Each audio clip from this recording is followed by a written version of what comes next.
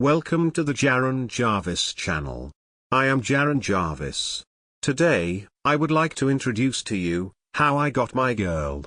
My husband, Robbie, died in a freak accident. At least, that's what a lot of people called it. I'm not sure I know what that means anymore. Freak accident.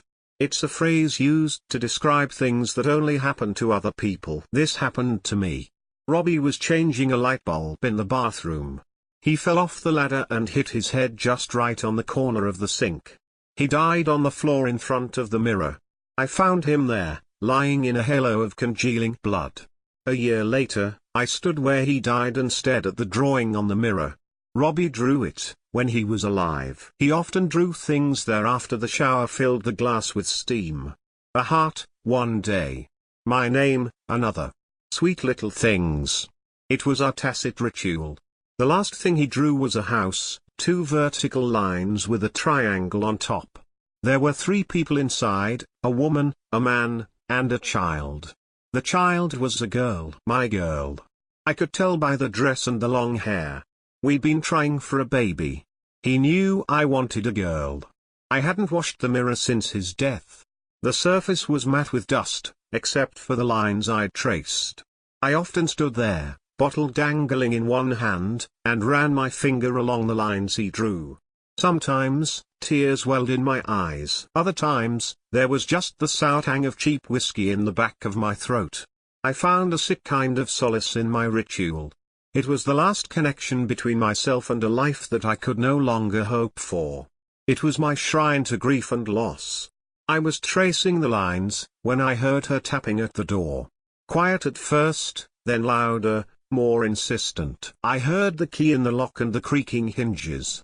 I sighed and doubled my concentration on tracing Robbie's lines. Teresa. She called. My mother.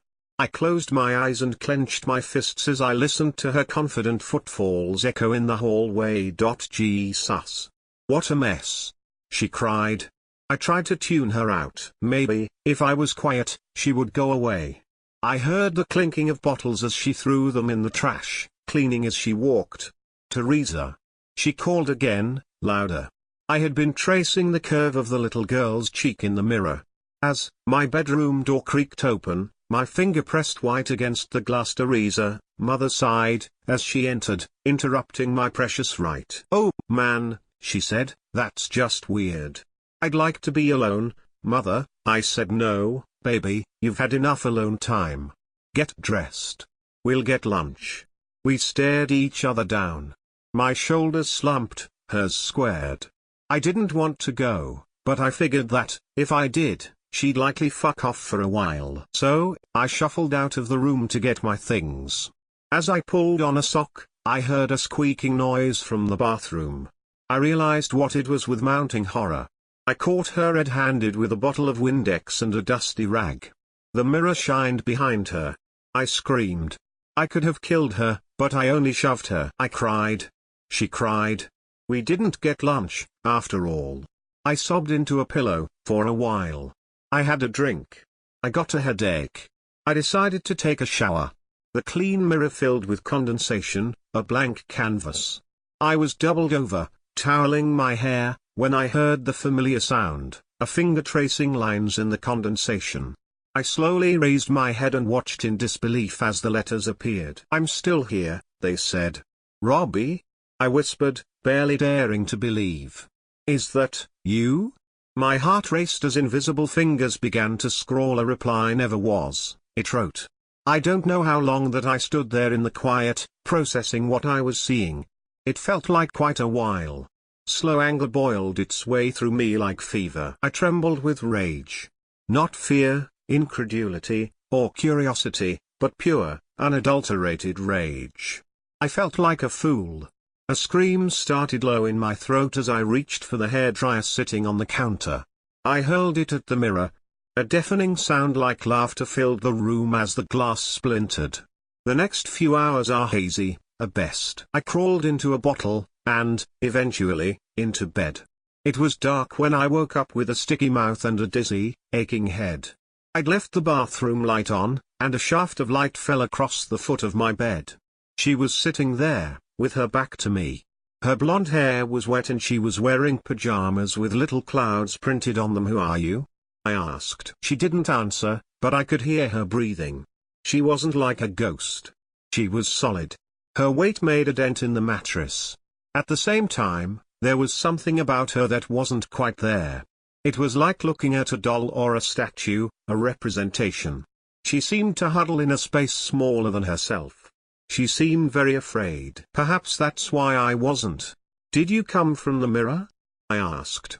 When she answered, it was as a voice in my head. "Yes," she said. "I'm sorry that I made you mad." Her voice was low and sad. "That's okay," I said. "I wasn't angry with you, just the circumstances." "I understand," she said. "Sometimes I feel that way, too." "Do you?" I said. "What do you feel that way about?" She laughed, like a bell ringing inside my skull. "About being me, I guess," she said. "What's that like?" I asked. "Being you? Lonely," she said. "You don't have to be lonely anymore," I said, barely registering the words coming out of my mouth. "You have me, now." She turned, then, and I saw what she must have meant. She was obviously dead. Her eyes were dark sockets, her skin bloated and pale. "What happened to you?" I asked. "Mom." "She put me in the bathtub," the little girl whispered. "She even filled it with bubbles. But then, she held me under the water." She began to cry. I opened my arms and she sank into them. "Shh, it's okay," I said. "I've got you. I've got you." Little did I know that it was the other way around. The girl had me. I loved her. I loved that dead and hurting little girl, because she was so much like the dead and hurting part of me. It was selfish, really. At first, all she wanted was my company, but as the days and weeks and months went by, she began to change. Her eyes brightened. Her skin dried out and firmed up. She wanted dresses, sweets, and toys. She wanted more and more of my time. She got jealous if I had to work late. She'd keep me up all night, after a long shift, grilling me about my love for her. A year went by. I brought home a date. She scared him away. He couldn't see her, of course, but he could hear her. She scared off every man I tried to bring home, except for the amateur paranormal investigator. I had to get a restraining order against him. He still calls and leaves warnings on my voicemail. "Demon," he says. "Disguise," he says. But that is a story for another time. Now, she's growing every day. I wonder how big she'll get.